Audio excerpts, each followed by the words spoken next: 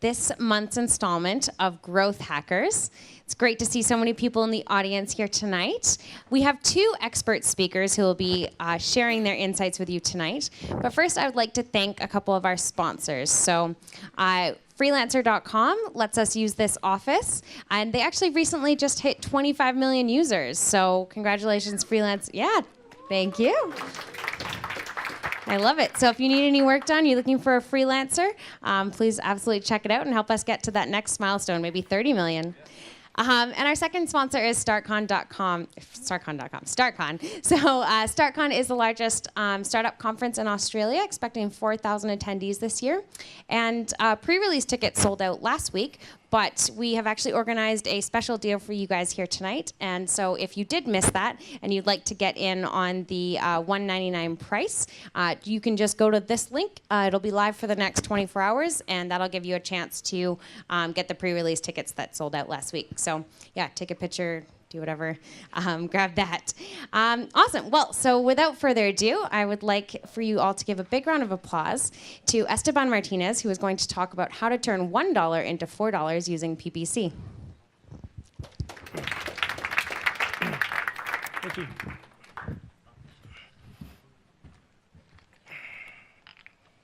Awesome.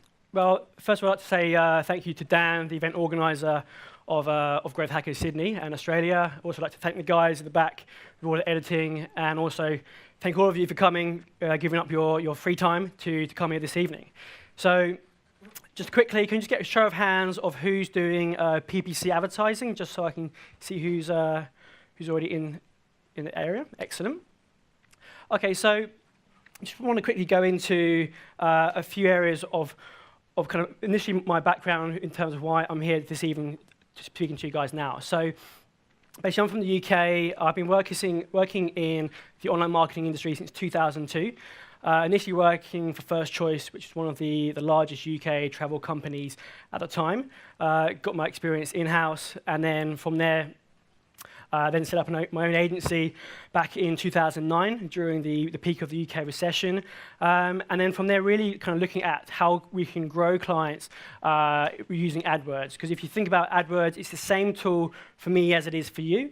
And yet some companies are getting great results, and other companies are kind of struggling with the basics, and they don't seem to be getting the same returns as what you may hear about in certain podcasts or articles or other medium streams. So I really wanted to kind of change that, really wanted to kind of like show how it does work, and how companies are getting excellent results time and time again, and how you can also apply your knowledge to get similar results as well. So regardless of your budget, regardless of your industry or your experience, if you take away some of these learnings, hopefully you can get stronger results from your campaigns.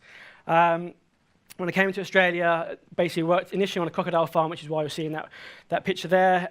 Traveled around Australia, but really traveling around Australia, meeting other businesses, other business owners who, again, had the same issue where, regardless of the industry, regardless of their size and their budgets, they were having issues with trying to grow their business online. So likewise, regardless of whether you're selling a product, whether you're selling a service, whether you're B2B or B2C, really, everyone looks at your website first and foremost, and then they then consider phoning you, emailing you, or trying to get engaged in your business and your brand. So we need to look at how we can do that. So some of the core areas we're going to focus on this evening, we'll be looking at kind of like, before you even do PPC or before you even focus in online marketing, really need to kind of like look at, well, who am I really trying to target? Who are your ideal customers? What is the value of these customers once we kind of drill that down? And then when we're looking to build our campaigns, before we start, we kind of have to see what kind of keywords or what kind of is the search terms that our customers may be looking for. And then likewise, depending on your company, your objective, and your goals, there are different settings that you can apply. But these are my settings that I use as a template. And again, it can be adjusted, and we do adjust them continually. And then really looking at kind of forecasting. So whether you're spending $100 a month, a day, or thousands of dollars, you need to kind of have some kind of idea of, if you spend this money, even if you spend $1, how much do you think you're going to get back from that dollar?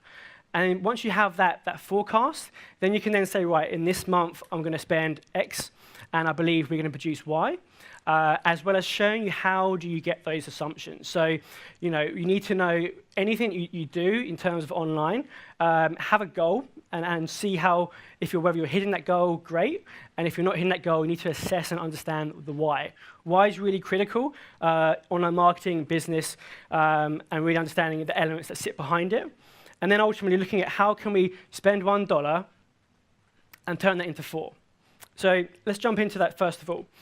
So really, some of you may say, what is PPC? I never really click on paid ads. So just to be clear, obviously PPC is pay-per-click, as some of you may know. It's also known as the acronym of SEM, which is search engine marketing. But really, so when you are searching on Google or on Bing, all these other search engines, you're going to see at the very top, we'll see paid ads. And you'll notice this more so on mobile phones, because obviously when you look on your mobile phone or tablet, normally you're going to see the whole top page or the first page is just filled with ads. So there'll be your ads, there'll be site links, there'll be all the call-out extensions. You'll see a whole amalgamation of data which Google is showing, and that's what we do as marketeers in terms of PPC. So with that said, obviously it's really, really impactful, because whether you click on it or not, this is from WordStream, which is one of the leading global SEM agencies out there. And this is from last year, seeing that almost 2/3 of people are clicking on paid ads.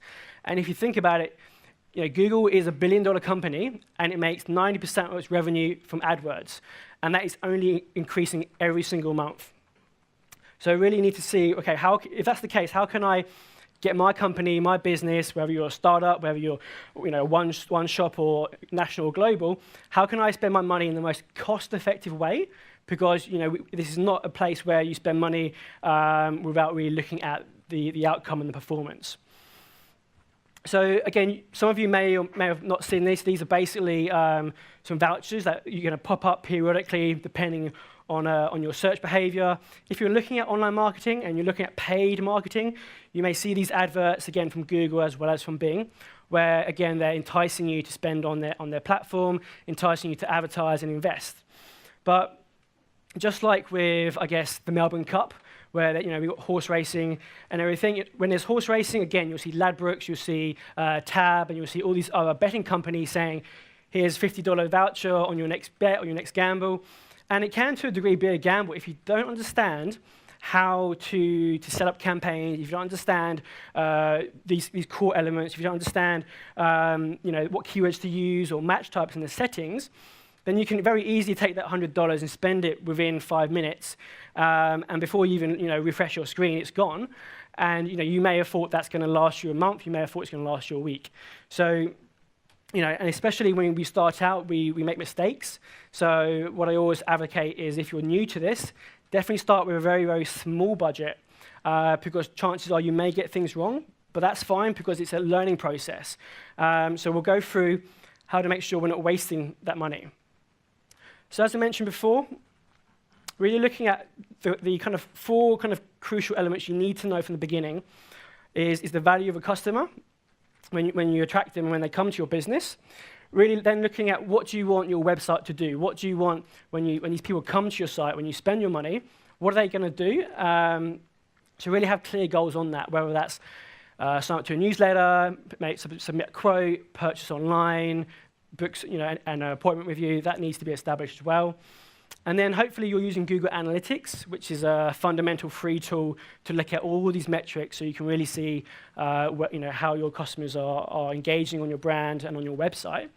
And then really seeing what is the KPI. So I'm a big fan of reverse engineering your KPI. So say, for example, you want to generate $1 million of revenue. What is $1 million of revenue? That effectively, you break it down. That's $83,000 per month. So then you then break it down per week, per day, and then you can really then say, okay, if I want to generate $1 million worth of revenue in the next 12 months, these are my KPIs that I need to be hitting.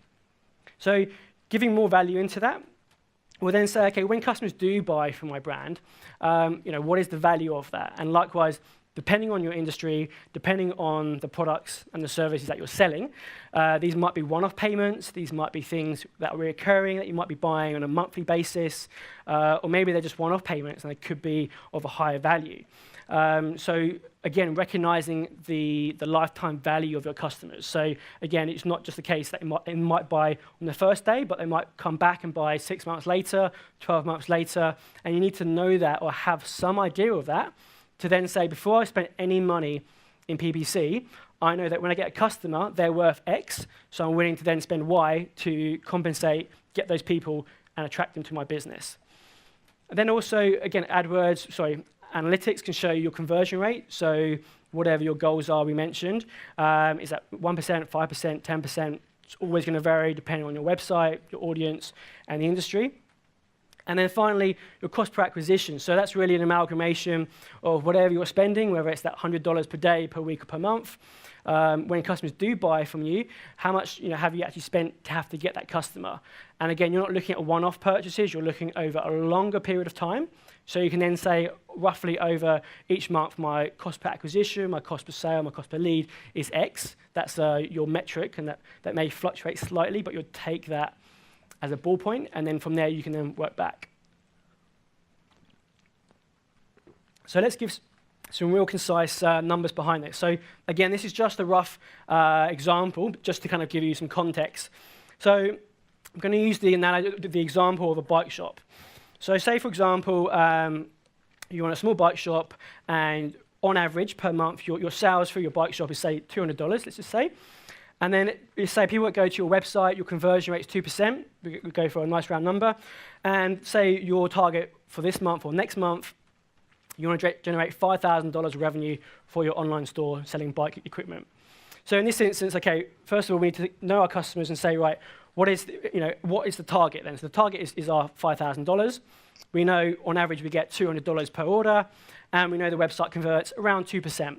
So simply, taking our target of 5,000, dividing it by the average order, we can then say, right, we need to generate at least 25 sales if these metrics are the same and nothing else changes. So again, it's just a pure example in this instance.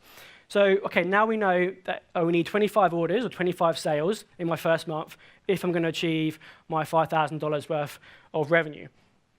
And then likewise, because the website converts at 2%, and we've looked at Google Analytics, and this is the source of truth in this instance, we can then easily backtrack that and say, well, if we're doing a 2% conversion, then likewise, we need to get 1,250 customers to our site. Again, they need to be relevant customers. They're not just any customers looking for anything. So as long as they're relevant customers and all of these metrics are the same and concise, then that's how I'll be able to achieve my target there of $5,000. So I'll go into more detail on that example later on. But really, when you're looking to start your campaign, likewise, you can do research on this. You can speak to Google advisors or other SEM experts. And you have your campaign structure. Inside this, again, you'll then have various ad groups. And it's really, really important how you set that up, especially from the beginning. So having a really clear linear process so that you want to have it so that you've got very clear clusters or very clear kind of segments of the different keywords that you're going to be bidding under, so that the advert is really relevant to those terms. So in the example of, I don't know, mountain bikes, that you're going to have maybe different variations of mountain bikes in one ad group, and likewise the advert that will then be shown will then be really, really concise and accurate to that mountain bike example. So really, if you've some accounts which I look at, they're really fragmented, where there might be mountain bikes and racing bikes and punch repairs all in one keyword, all in one ad group, sorry. And then the advert you see is very generic. So from a customer's point of view, if they type these terms in, it's not going to have the best user experience. So really, you don't want to have every keyword under the sun. You can do your keyword research. There are very good tools out there, whether it's Moz or SEMrush, to find keywords that are relevant to your business if you don't already know. And then when you do have this list of keywords, could be 20 keywords, 100 keywords or more, you then want to put them in really tight groups, and those groups are going to be really important in terms of the relevancy. And you don't want to go gung-ho and have hundreds of keywords at the very beginning, because there's going to be thousands of people searching for these different terms.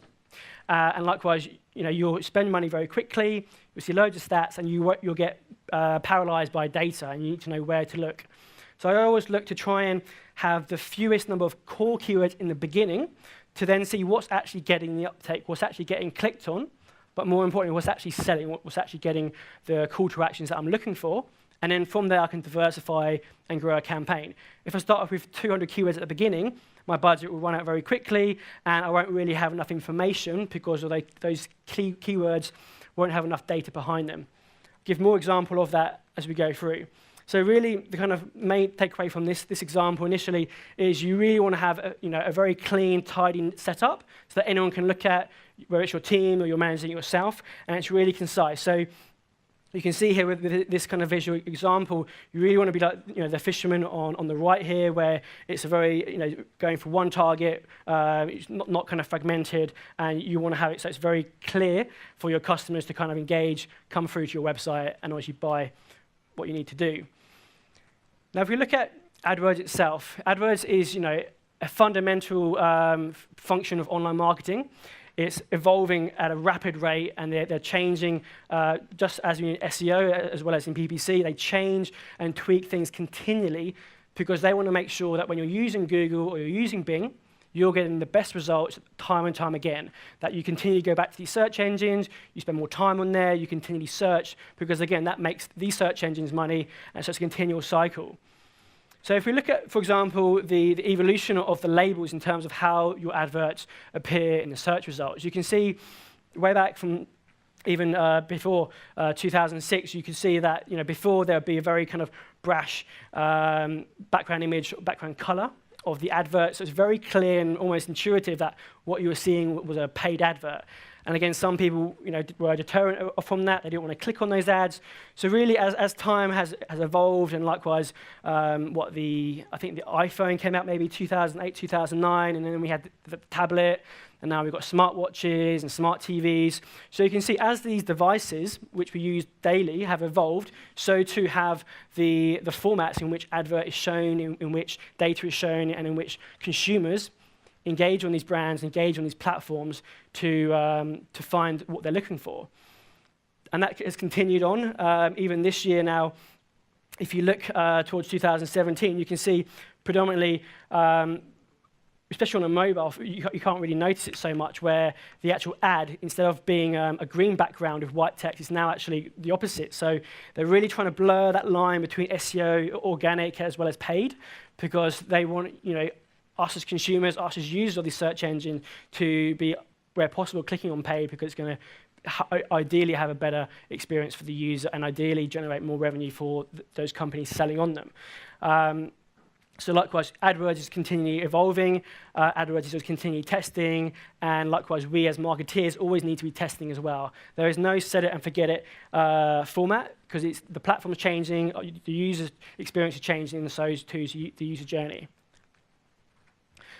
Likewise, when we're looking at the value of AdWords, like this is, as I was saying, it's a multi-billion-dollar industry, and in the USA alone, I think it's peaked over $18 billion just in the US. So, we're talking about, a huge amount of money is being spent on these brands. So, if you're trying to look for your own brands, when you've got your campaigns running, maybe you're going to do a Google search for yourself, you really need to understand that Google's only ever going to show a maximum of 10 adverts, where it's at the top, at the bottom, used to be on the side, but again, they dropped that early this year. So that's where you really need to say, well, are your ads appearing at the right time to the right people? Because there is thousands of other advertisers and marketeers continually advertising on there, getting more savvy to the user experience, getting more savvy to the online profile, and that's a really key area in terms of how we position our brands, our companies, and our performance.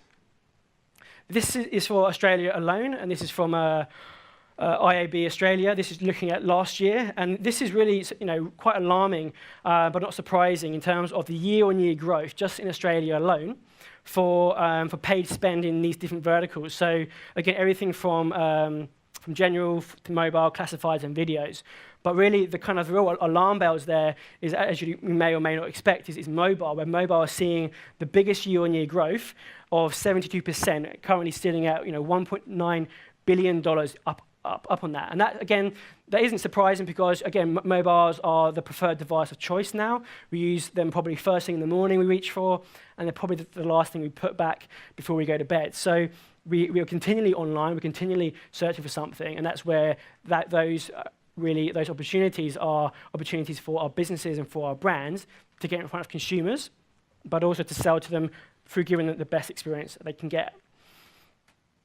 Now, again, the tool's no different for me than it is for you or other agencies around Australia and the world. So there are different settings, of course, within the system, and again, they're continually evolving. And likewise, the settings that you use will have very, very different outcomes, even if you have the same target audience. So there is no autopilot, which is why I put that together. And these are some of the initial default settings which I use. And again, I change these very quickly once I have enough data to then go, okay, well, the leads are coming from here. We need to shift that across. So just to talk through those points in a light kind of a topic area.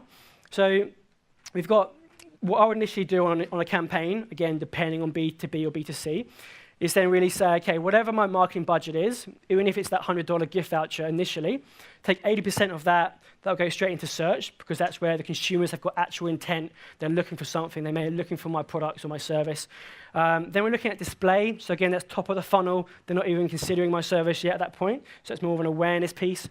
And then really looking at remarketing. So that's a way where we're trying to address every piece of that funnel, every piece of that journey. So we're spending evenly, or not evenly, but we're spending in the most concise manners where we can. And sometimes you might even want to put more into remarketing because you spent the time getting to your site initially. Again, 95% of consumers won't convert on the first click of your site. They're going to come back. They're going to consider. So, and that can be accelerated via remarketing settings and using those processes. Then again, this is from my personal experience. You may have different performance results yourself, but I don't find tablets work very well.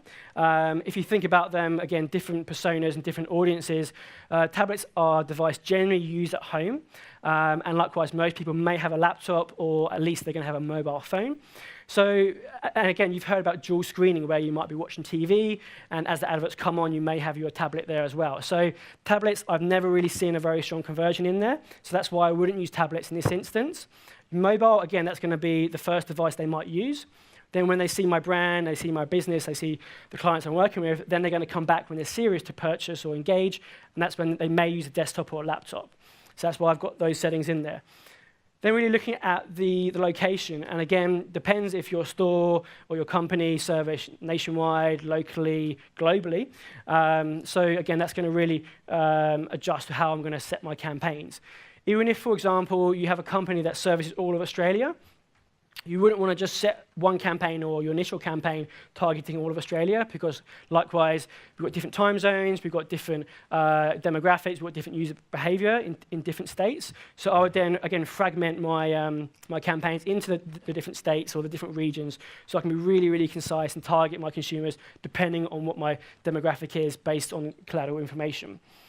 Then also languages. Now this is one which kind of is a bit different coming from England to Australia, but it's still quite fundamental, where you may say, well, okay, my website is in English, my business is all English speaking, why would I want to target other languages? Doesn't make any sense. Now, I don't know about yourself, but being an expat and working with many expats on a day-to-day, you need to consider that the language isn't the language you initially speak. Language is defined by the language you have on your browser. So whether that's your laptop, your mobile phone, or your desktop, if you're, for example, my dad's Spanish, my dad's default background will be Spanish when he's searching on his browser.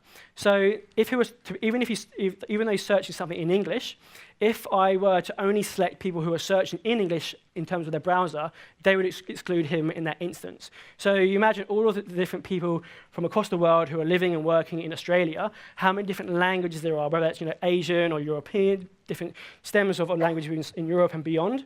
That will be their default setting browser of their language. So if you exclude that, then again, you're segmenting a large chunk of your potential audience. So again, you can check in the settings, you can reverse engineer this to the language which may be getting you the best results. Then really looking at what kind of bidding. There's so many different rules. Do you want to bid on cost per acquisition? Again, there's certain metrics behind that. Do I want to have cost per 1,000 impressions? Again, my method that I tend to use is go for CPC, which is a very controlled manner, a very concise manner, where you've got more control and you can increase and decrease this as you see the performance is improving or decreasing. And also, even when you do select CPC, Google has it so that automatically it does the enhanced CPC, which, again, that's kind of to increase their revenue and increase how much you pay a click, but I want to have as much granular control at the beginning, and then once I see the results, then I can then change settings and I can adopt this as it goes from there. And then just moving on quickly, again, you want to have it so it's shown evenly out throughout the day, unless you want to dominate a certain keyword or a certain topic. Again, you're not going to go for that initially from the beginning. Days of a week, so again, if your business is maybe customer facing, an example of the bike shop, which I'll come on to. Again, you might only want to advertise 9 to 5 if that's only when you might take phone calls. So think your customers aren't just going to go to your site. They're not just going to go on there, fill out a form or purchase. They might have an inquiry. And more likely, if you're selling an expensive item, whatever your product or service might be, if it's in the hundreds of dollars or maybe in the thousands, the consumers are going to have a question. They're not going to just buy it off the back of that. So likewise, if your business isn't open during those hours, you may not want to advertise during that time frame if you can't take phone calls. So again, that might cost you a lead or not. And then when you are doing display or you're doing remarketing, more importantly, you don't want to annoy your customers by continually popping up 24/7 and almost stalking your potential customers. So you want to do it so that when they do come to your site, considering what you're selling or your product offering, and then they then leave, that your adverts are going to show, but they're only going to show up to 4 times per day so that you're not annoying your customer and you're subtly going from back of mind to front of mind. So when your consumer is ready to purchase, they go, okay, I remember your website, I remember your brand, and then they're more likely to come back and perhaps convert on your site. And then lastly, going to go through, you really want to have, like, I did a blog article earlier this year where Google and YouTube got into trouble because of their display advertising policy, where adverts were being shown on any site under the Google Display Network. And there were ones that were quite either sexist or racist or had a lot of like hate kind of spam or trolling around there.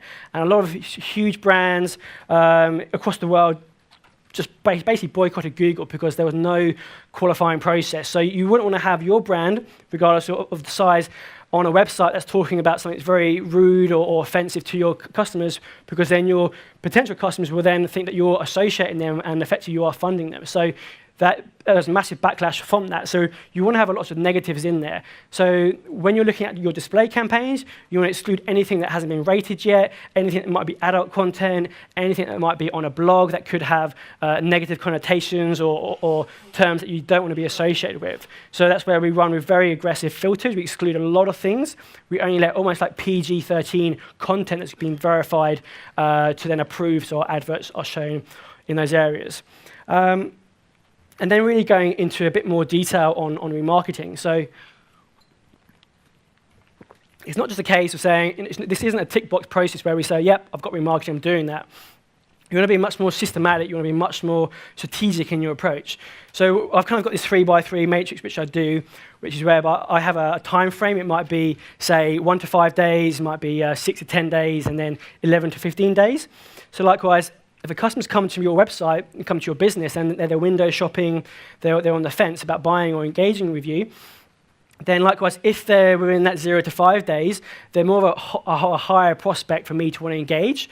So that's where I'll bid more for that customer. And as they go down in terms of the time frame, then I'll bid less because they go from a hot lead to a cold lead. So that's my kind of my first line. And then in order to kind of extend that, we then look at going, okay, well, if they just visited the homepage and they didn't go any further, then again, that's not as hot as I want it to be. Whereas if they went into a product page or a category page and spent more time on the site, then we'd move them into a medium bracket. And then finally, if they actually went onto the shopping cart and actually put something in a shopping basket, then again, they're even more qualified. So that's exactly who I want to go for. So that's where you're having this 3x3 grid, and you're able to put more of a bid because these people are much more likely to convert, or they're on the fence, and you really want to appear rather than letting them go cold and maybe convert through one of your competitors. So that's one of the areas there.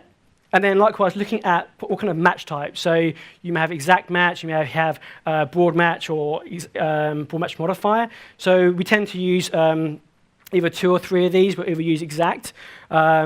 But in the first instance, we use broad match modifier. So broad match modifier is kind of like the example I showed earlier with the fishing line. You'll find keywords that are working, and when you do see ones that are converting time and time again, then you'll go, right, these keywords are brilliant for me. These keywords are actually converting, and you put them into a separate group, and they're exact. So that's where you'll be able to kind of go through that discovery process quite quickly.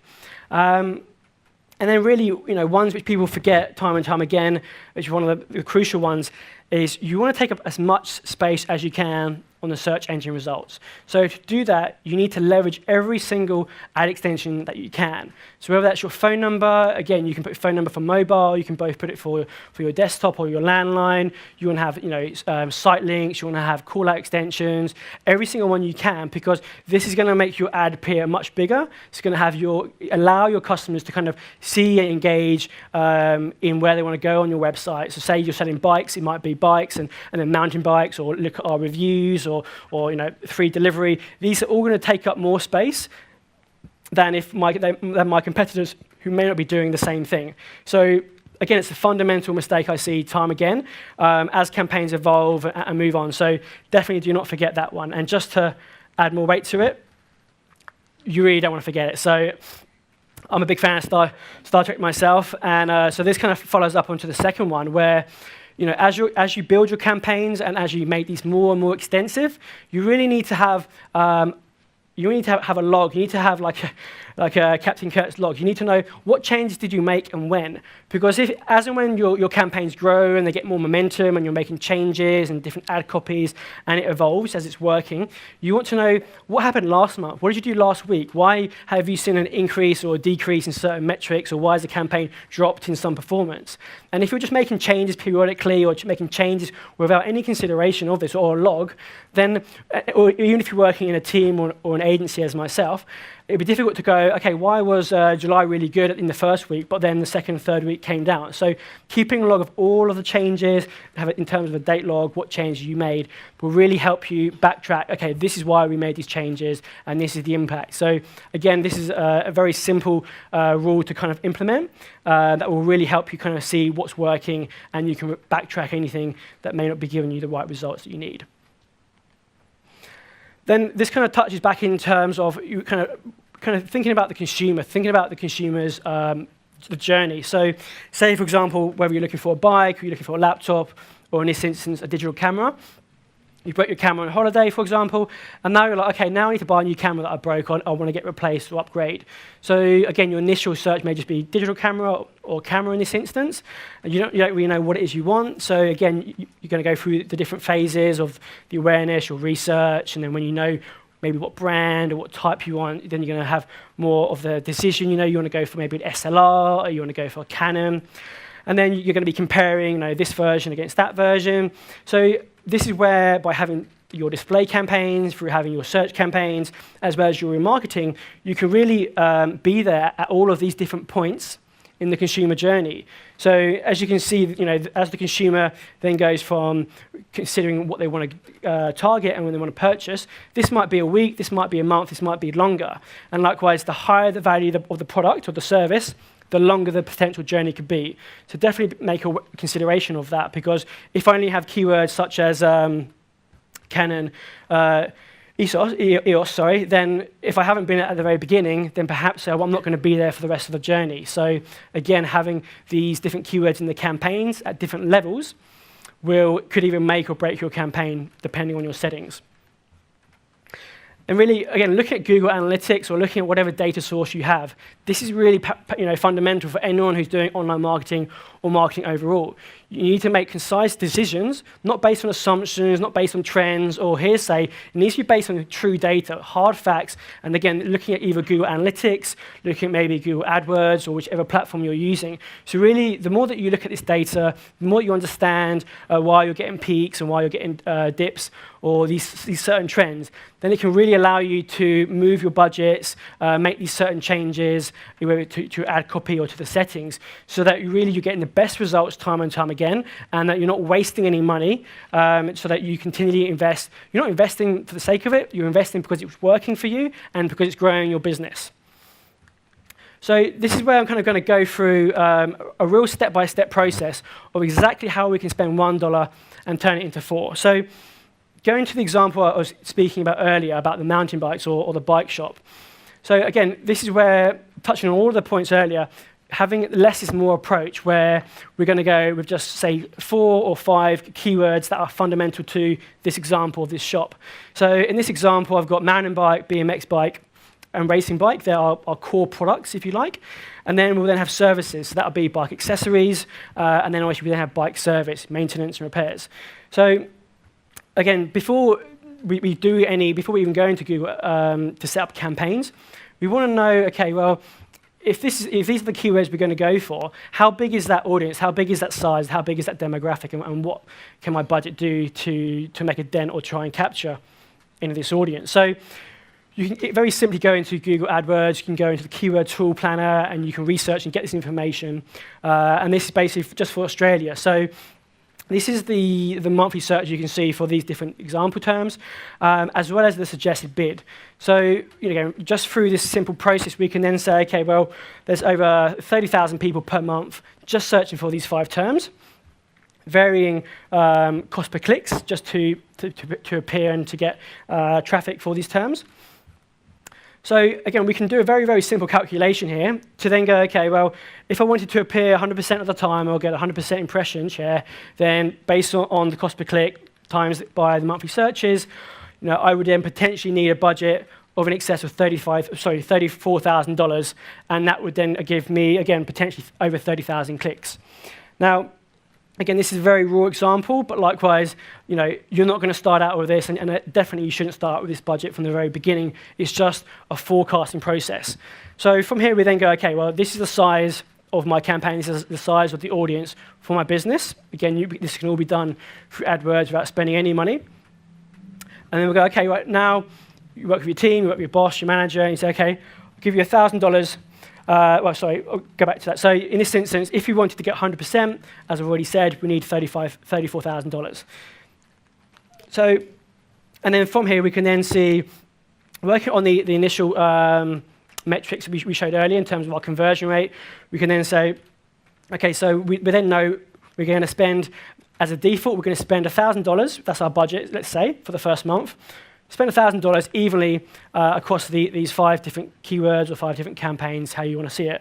So in this instance, we're going to give $200 per month to every one of these keywords.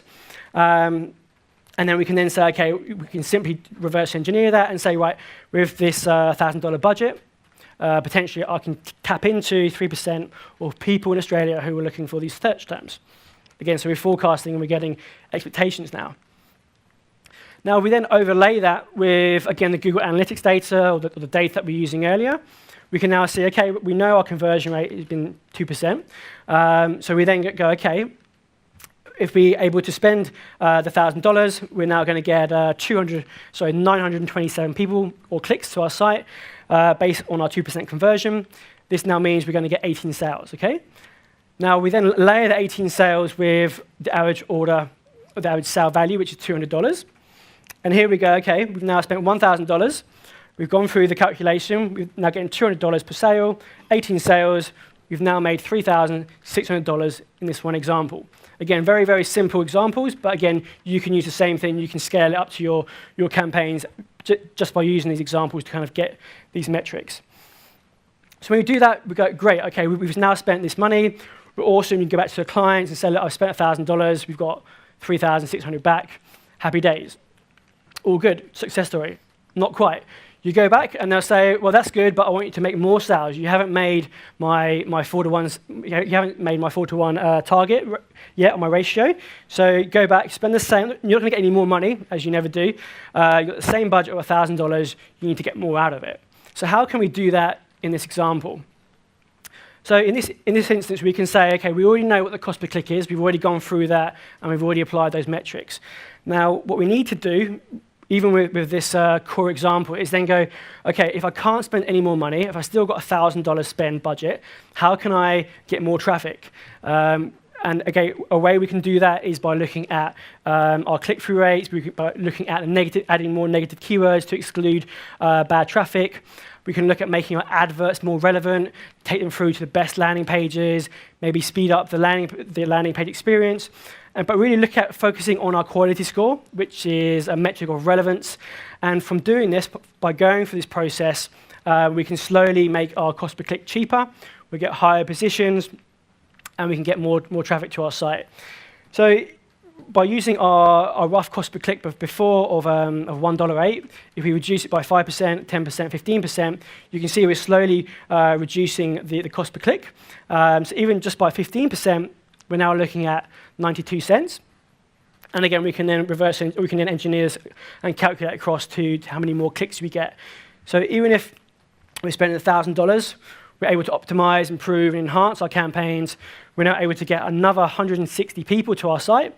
And again, now we're able to do this. We then do the exact same thing in terms of overlaying our conversion rate, overlaying the cost per sale. So now we've now got, we've been able to generate 22 sales from our initial 18 sales. And again, we're still working with our percentage conversion rate of 2%. So in this instance, we've now spent $1,000. We've got 22 sales based on our 2% conversion. And again, based on those sales, we're now able to spend that $1,000, and that's how we're able to spend it and make $4,400. So we're actually going even further than spending the $1 and turning it into $4. Now, it's all good and well, you may ask, or you may say, but how can we really improve the quality score? How can we really reduce that? And what questions we get time and time again is, well, can't you just keep making the cost per click cheaper? If we keep lowering the cost per click, we can get more people and just keep recurring this process. But if we just keep turning down the cost per click, in this instance, we're going to be a bit more aggressive and say, let's just cut it by 40%. I only want to pay 65 cents in this instance. If your bid's too low, then obviously you'll see your average position. That's going to cascade, and maybe you'll drop out of that top 10 bracket. And now, actually, instead of getting incremental traffic, you're actually getting negative traffic because you're actually unable to spend your budget. So in this instance, you're actually getting less than 700 people coming to your site. So you can't just continue turning it down just by clicking on your budget or your daily bid amount. So ways in which we can continually and historically reduce our cost per click here is, likewise, when you go into your AdWords campaign, likewise, any one of your keywords, you can have thousands of keywords, hundreds of keywords, it doesn't really matter, the same principles apply. Go into whatever keywords you have here, you can simply click or hover on this little cursor here. And here, for example, you'll see the three core metrics that we'll get. So it's, is your advert really relevant to what the person's typed to the actual advert? Is the landing page really relevant to what the customer gets when they click onto the site? And is your click-through rate better than your competitions or than your competitors? So this, again, is scored out of 10. Ideally, we want to get 10 out of 10. But really what you need to consider is, when you have a diverse portfolio of keywords or clients, what is your overall quality score? Because that overall will affect how much you're paying. And if you can make the cost per click lower, just by focusing or looking at these key areas, you'll be able to substantially increase more traffic, as we saw earlier. You'll be able to continually provide more sales, and again, drive a stronger ROI to your business time and time again. So if you look at the actual metrics, what actually makes up the click-through rate, what actually makes up the quality score? So kind of going back through the points that if we want to really break down and dissect what is the quality score, here we can see, as we kind of showed earlier, it's based on these three kind of core principles on your landing page, which is again, user experience, the speed of the site, if it's mobile optimized, and various other factors. The click-through rate against your adverts, the website, the industry, and then the ad relevancy. So us as marketeers, if you're working in AdWords, we have direct control or influence over the ad relevance. So we should really be ramping that up as much as we can. But ultimately here we can see, depending on what your quality score is, how much are we paying or how much are we overpaying? So if you have something that's less than a 5, or your quality score is on average a 4 or less, you're paying more than you should, and you need to look at ways to improve that. So in the example here, if you have a quality score of just 1 out of 10, then really you're paying four times the amount, which can be detrimental, and that's where people say, it doesn't work for me. It may not work for you, but you haven't focused on some of these areas, and maybe if you have, you can be able to get a 10 out of 10, and likewise, you'll get substantially higher traffic and higher ROI to your business. Now, just kind of like coming up to the end of my my talk here, this is an audit that I did recently for one of our accounts here, and I was looking at over a relatively short time frame. They had hundreds and hundreds of thousands of keywords inside their account. Again, taken through this exact same process. So all I simply did was looked at their top 10 keywords in terms of actual conversions, and then say, okay, how much have you spent on these keywords, which again are blanked out, and then what are the actual quality scores. So in this instance, you can see really that midsection there, their 3rd to their 8th keyword in terms of conversion. So these were driving very, very strong conversions, very strong ROI to their business. But because them or their agency or their marketing team hadn't looked at this, you can really see that there is a strong focus there, especially on keyword 4, which has got a 5 out of 10, as well as number 7. So again, just by focusing on that or trying to make that 10 out of 10 or even 8 out of 10, they would be able to continually drive more revenue and drive more metrics. So again, you can simply go into Excel, you can extract this information, and if you see anything that kind of like flags up like this, you really need to get to your work or speak to your agency to look to evaluate this. So hopefully that's helped kind of cover those points there and really kind of address how you can really spend that $1 and turn it into 4. And really kind of having that less is more approach, and how companies can continually get tried and tested results and grow their businesses online. So thanks very much for your attendance and your attention, and that's me.